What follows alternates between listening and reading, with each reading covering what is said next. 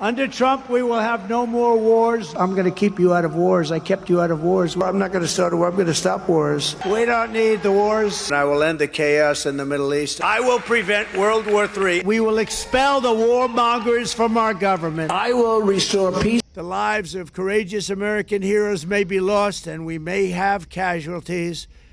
That often happens in war.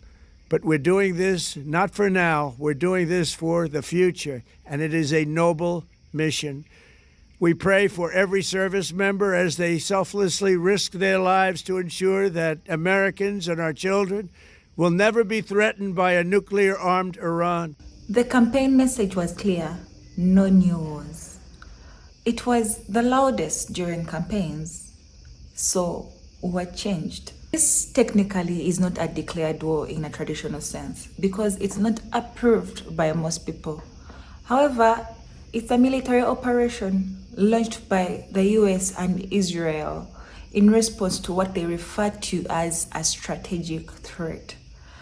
But what threat exactly, unless it is some sort of a cover-up? The downside of this is many lives are being lost right now. Regional instability has escalated, and the major question that's on everyone's head is, if we had voted for Kamala Harris, would this have been the case? War just doesn't live in battlefields. It lives in hospital rooms. It lives in folded flags and in homes of numerous people where children are asking themselves, when is mom and dad coming back? And this doesn't just apply in the US, but it goes everywhere where this is affecting. Right now, many US young soldiers are being deployed. And the question is, everyone in support of whatever is going on, are they in that battlefield? Are they at the front fighting for what they believe in? Leadership comes with consequences, but also campaign promises matter. And right now, a promise has been broken. A new war has erupted. And we don't know if it has been caused by rational thinking or it has just been ego leading us all. There are many people who are suffering. There are many people who are losing lives. There are many families that are being broken. Lives of courageous American heroes may be lost, and we may have casualties. That often happens in war. If you voted for this, I want you to know that I hate you. I mean that. I hate you. And that's not just me speaking out of fear or sadness as the spouse of an active duty service member, although I am profoundly sad and incredibly terrified right now. I was told that if I voted for Kamala Harris in 2024, terrible things would happen. You know, grocery prices would go through the roof. Nobody'd be able to fucking afford anything, and we'd be at war within a year. And it looks like they were right. I voted for Kamala Harris in 2024. 77 million of you window-licking, bigoted pieces of shit. We're not smart enough to do the same. And now, grocery prices are through the roof. Nobody can fucking afford anything. And we all just watched a demented septuagenarian do his best Lord Farquaad impression, talking about, some of you may die, as he drags us into a war that is, by his own admission, without congressional approval. So I ask you this today, MAGA. How you fucking feeling? I hope all you MAGA chuds that never shut the fuck up about he's the president of peace and we can't have a woman president, she might start a war on her time of the month, are ready to go die in the Middle East for a president who started a war so we'd all forget that he's best friends with a bunch of fucking pedophiles. Excellent work, dumb fuck. I'll leave you with a quote from the president that you love to support. Our president will start a war with Iran because he's completely unable to negotiate. He's weak and ineffective. I'd tell you to think on that, but you have clearly been spared the burdens of intelligence. So instead, I'm going to tell you to get fucked. If you voted for Trump, go enlist in the military so we don't have to do a draft. Go, this is your war to fight because you voted for it. You voted for this war, so go, get your camos on. Go use that Second Amendment you constantly defend after school shootings. Go! And don't say you didn't know he was gonna do this. We told you how many fucking times, and you still voted for him. You knew what he was capable of, and you still voted. Go! Get your camo on! Hurry, get your camo on! The fucking tanks are leaving without you! First U.S. soldiers to die in Trump's war have died. They've been killed in action. And this is the same guy who just a couple days ago, like Lord Farquaad himself, was like, there may be some who die, but that's the price of war.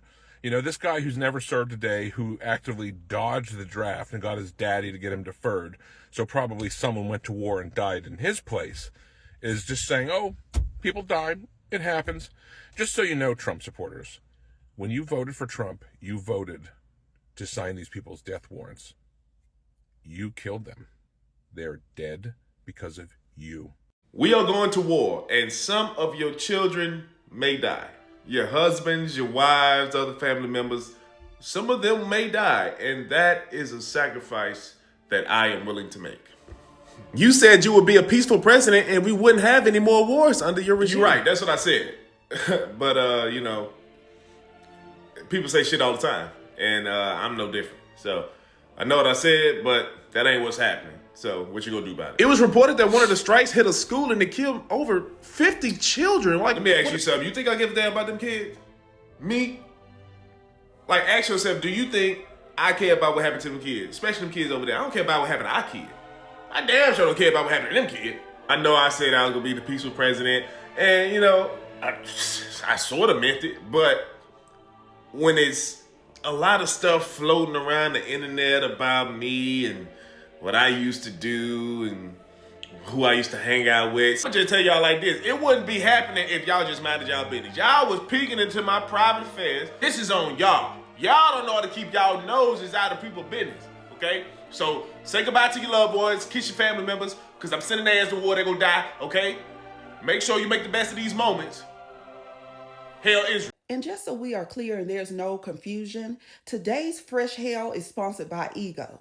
And none of this would be happening had you all elected that black woman. But no. You wanted to bait her race and ethnicity. No. You didn't like her laugh. No. You didn't like her stance on Gaza. How are you feeling right about now? Because I can assure you, you could have put a one-legged giraffe named Jerome in that White House and we still wouldn't end up where we are now. And this man is making unfounded statements that Iran has interfered in the 2020 election. Talk about can't let something go. Honey, we are in 2026. But he doesn't know that because he's dealing with dementia that he won't admit. Children are dead. There are U.S. citizens stuck over there in Doha, in Abu Dhabi, in Dubai. Yes, because you all don't understand that the world is bigger than the United States of America and that U.S. citizens travel. And we are all affected by this. Where is Congress, you say? I don't know. You'll have a better chance of finding Waldo with Carmen Sandiego. But what I do know is this man's ego is going to get us all killed. Absolutely. He would rather bomb a school, kill children, than to admit what he did to children over here. I want you all to be aware of that. All right? He doesn't want to leave that White House. But come hell or high water, he will be leaving. And just so we are clear, we are the hell in high water. Yeah. We can't even make it through the first quarter of the year yet without this bullshit-ass country starting a war on the other side of the world. And it hasn't even been 24 hours since we attacked Iran, and we already done blew up a school and killed a whole bunch of kids. And for anybody that thinking that this shit is sweet and it's going to be wrapped up in a week or so, you're sadly mistaken. And y'all better pray to God that this doesn't turn into a long-term conflict, because this isn't going to be like Iraq and Afghanistan where we got the support of our NATO allies. We already then isolated ourselves from our quote-unquote allies. At this point, we just acquaintances. They not helping us out. The only help that we got is logistical help in the region from our proxy nations that the United States has created. And most of them don't have an army worth a damn. So the longer that this drags out, and the more likelihood that the U.S. has got to start putting troops on the ground, we're cooked, bro. It's only going to drain our finances, our resources, and our manpower, dog. And for anybody saying that, like, oh, yeah, no, once we put troops on the ground, it's over with. No, it's not, bro. Because if the U.S. could easily put troops on the ground, they would have done that shit. If they could have easily sent in a surgical team to grab who they wanted to grab, they would have done that already. They can't. If you understand anything about Iran's geography, this is why they just flying over and dropping bombs. Because they understand the minute that they put troops on the ground, it's over. All you're going to see is flag-covered coffins coming back to the States. And for anybody that's in this country that's rooting for it, which is probably some inbred MAGA fuck, I just want you to understand that Trump already said that casualties are a part of war. He doesn't give a fuck about your friends and family members that's going over there. So you can be a patriot, you can support the troops, you can say thank you for your service, all that type of shit. It don't fucking matter because Trump don't support the troops. So when your friends and family members come back with their legs blown off, with PTSD and all that type of shit, you can go point at the U.S. government and blame them. because there is nothing that is justifying this war. How the hell are you gonna have Star Wars all over and then re-elect Trump? What the fuck? Did you miss the plot? And y'all thought it was crazy when I told y'all that people will watch these shows about liberation and fighting against this tyrannical government, and they will genuinely be MAGA. There's somebody out there right now whose favorite superhero is Batman, and they will tell you to vote for Trump. I cannot make this up. Somebody's favorite anime out there is Naruto and One Piece. Their favorite anime character is Luffy or Naruto, and they will look you dead in the eyes and tell you they voted for Trump 3 times. Somebody's favorite movie series are the Hunger Games. Their favorite video games are The Legend of Zelda. Like all these media that tells you to fight against tyranny, and they still will be MAGA. And this isn't the first time that stuff like this happened. Y'all remember The Punisher? The literal creator had to change the logo because police officers kept using it. People would literally watch all of Attack on Titan, sit there and think to themselves like, dang, this is my favorite anime, and they still don't understand fighting back against tyranny, accepting all people, heck, fighting back against the people that's literally hunting you. And before y'all come to me asking me if I watched all these shows, there's no way you watched all these shows. Like this literal Wookiees, the story of the Wookiees, there's no way you watched this and understood what actually happened. You cannot make this up. There's literally people out there like this. But y'all let me know what y'all think. I'll see y'all in the next one. Peace. So now that Putin is finished cucking Trump on the world stage, I have a couple of questions for MAGA. How are you going to spin this? Because even Fox News couldn't spin this. Even Brett Baer, who Trump brought himself to this meeting, couldn't fucking spin it. Let's start off. First of all, we laid out a literal, physical red carpet for a mass murderer. Second of all, they had a closed-door meeting where me and you, we don't get to hear a fucking word about what happened. Third of all, when they came out for their press conference, where nobody got to ask a question to a single dictator, they let Putin speak first on U.S. soil, causing all the reporters to fucking scramble to put in their earpieces, because in what fucking world do you come to U.S. soil and you get to fucking speak first? Only in the world where we have the fat fascist in charge. And then he goes on this long tirade about how NATO needs to not interfere and Ukraine better not put any problems in the way. Dude, you voted for the worst negotiator in American history. Donnie Boy finally gets to speak, and he's got no energy. He's white as a ghost, and he goes, we didn't make a deal, but we did make some progress, and then cancels the fucking lunch with Putin, puts his tail between his legs, and flies back to D.C. No phone call to Zelensky, no concessions, no peace talks, only opening up the fucking Bering Strait to trade with the goddamn Russian horde. And you fuckers are still gonna support him. You will always support him, and you question why we make fun of you? You're incapable of thinking for yourself.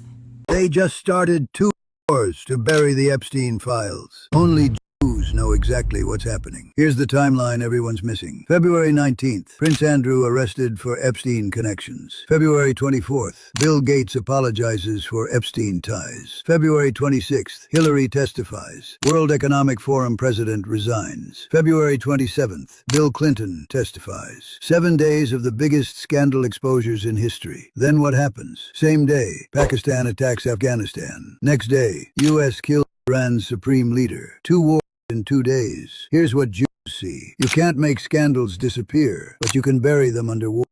Epstein dominated every headline all week. Now everyone's watching explosions. Nobody's talking about Clinton or Gates anymore. But here's the suspicious part. Same day Iran starts. OpenAI gets Pentagon contract worth billions. Who owns a portion of OpenAI? Bill Gates, through Microsoft. Gates apologizes Tuesday for Epstein ties. Gets the biggest defense contract in history by Friday. That's how power actually works. 7 people exposed in 7 days. 2 wars started in 2 days. While you watched wars, Gates gets defense contracts, Prince Andrew walks free. Nothing happens to the elite. Most people see separate news stories. Jews see one coordinated operation. They control the media. They control foreign policy. They control who gets exposed and who gets protected. How do you stop people this powerful? You don't. They're too strong. But you can see the pattern and position accordingly. Never believe scandals will take them down. Always watch how they use chaos to get stronger. The Senate must be called back into session immediately.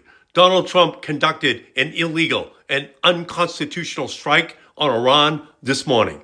He ended our deal with Iran. Now he is sending our young people off to risk their lives in a war no one supports. We need a diplomatic solution to permanently prevent Iran from acquiring a nuclear weapon, not another endless war in the Middle East. If Trump doesn't stop this war now, Congress must stop this war. No war with Iran. Just here to say that if you voted for him, you have to go on the front lines. You knew what you were doing. Get up there and represent your country.